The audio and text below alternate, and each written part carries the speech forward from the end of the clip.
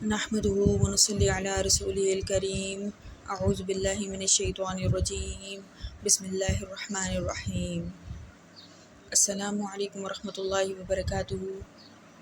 السوال نصف العلم، سوال نصف علم ہے۔ ہمیں سوال کر لینا بذات خود ایک علم کی قسم ہے۔ انسان کو اتنا علم ہوتا ہی ہے تو وہ سلام کرتا ہے، یعنی اس کو اتنا ادراک ہوتا ہے چیزوں کا کہ اس کو سوال کرنا آ جاتا ہے۔ لیکن ضرورت سے زیادہ سوال کرنے، سوال در سوال کرنا، سوال پر سوال کرنا کیسا ہے، آئیے ایک مثال سے سمجھتے ہیں۔ ایک بچہ اپنی ماں سے 10 سوال کرتا ہے، ماں جواب دیتی ہے۔ وہ 11واں سوال کرتا ہے، ماں اکتا جاتی ہے کیونکہ وہ اس کے 10 بچکانہ سوالوں کے جواب دے چکی ہوتی ہے اور جواب دے دے کر اکتا چکی ہوتی ہے۔ اب وہ اس کے کہتی ہے کہ میرے پاس تمہارے بیوقوفانہ سوالوں کی کوئی جواب نہیں ہے، گویا کہ ماں لاجواب ہو گئی ہے۔ کیا اس کا مطلب یہ ہے کہ بچہ بہت زیادہ ذہین ہے اور ماں بیوقوف ہے، بے عقل ہے؟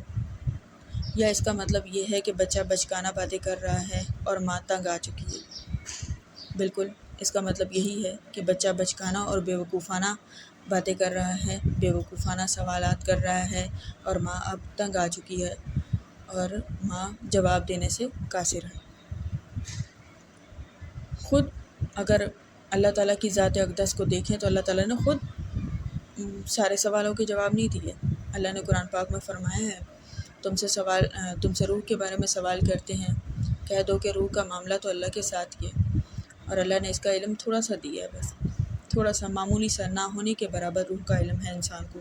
یہاں تک کہ سائنس بھی ابھی تک کوئی تحقیق نہیں کر پائی روح کے اوپر۔ روح کا معاملہ انسان جان ہی نہیں سکا ابھی تک، تو کیا مطلب ہے؟ انسان کے لیے بہت ضروری ہے کہ یہ معاملہ جاننا۔ میرے خیال سے تو اتنا ضروری نہیں ہے، کیونکہ اگر ضروری ہوتا تو اللہ تعالیٰ خود بتاتے۔ اور جب اللہ تعالیٰ نے پورے سوالوں کے جواب خود نہیں دیے، اس کی مصلحت، اس کی حکمت، اس کی مرضی، اس نے جواب نہیں دیے۔ حروف مشبہات کے ابھی تک کس کو علم نہیں ہے؟ رسول اللہ صلی اللہ علیہ وسلم کو علم نہیں تھا امت کو، تو پھر امت کو علم کیسے ہوتا؟ بہت ساری چیزیں اور ہیں جن کا علم نہیں ہوا ابھی تک امت کو، سائنسدانوں کو علم نہیں ہوا۔ تو اتنا ضروری تو نہیں ہے کہ ہر چیز کی ٹوہ میں لگے رہنا، ہر چیز کی پرکھ کرتے رہنا اور ہر چیز کے بارے میں سوال کرتے رہنا، اور سوال نہ ملنے پر اگلے کو لاجواب اور اگلے کو ہی بے عقل کہہ دینا، خود کو عقل مند سمجھنا۔ میں نے مثال دی ہے اور بڑی اسٹرانگ مثال ہے، بہت زیادہ، اور بیوقوفانہ اور ہر وقت سوال کرنے والا عقل مند نہیں کہلاتا۔ سوال کر لینا ہی بڑی عقل مندی اور کامیابی نہیں ہے، جواب دینا بھی بڑی بات ہے۔ اکا دکا کوئی سوال ہوتا ہے، ایک آدھ سوال ہوتا ہے، سوال پہ سوال کرتے رہنا بالکل بیوقوفی ہی لگتی ہے۔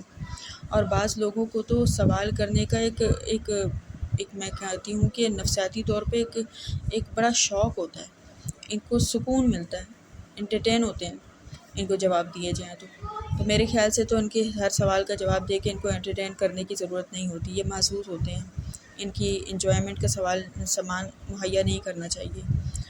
اللہ تعالیٰ ہمیں سیکھنے سمجھنے کی توفیق عطا فرمائے۔ وآخر دعوانا الحمد للہ رب العالمین۔ جزاک اللہ خیرا۔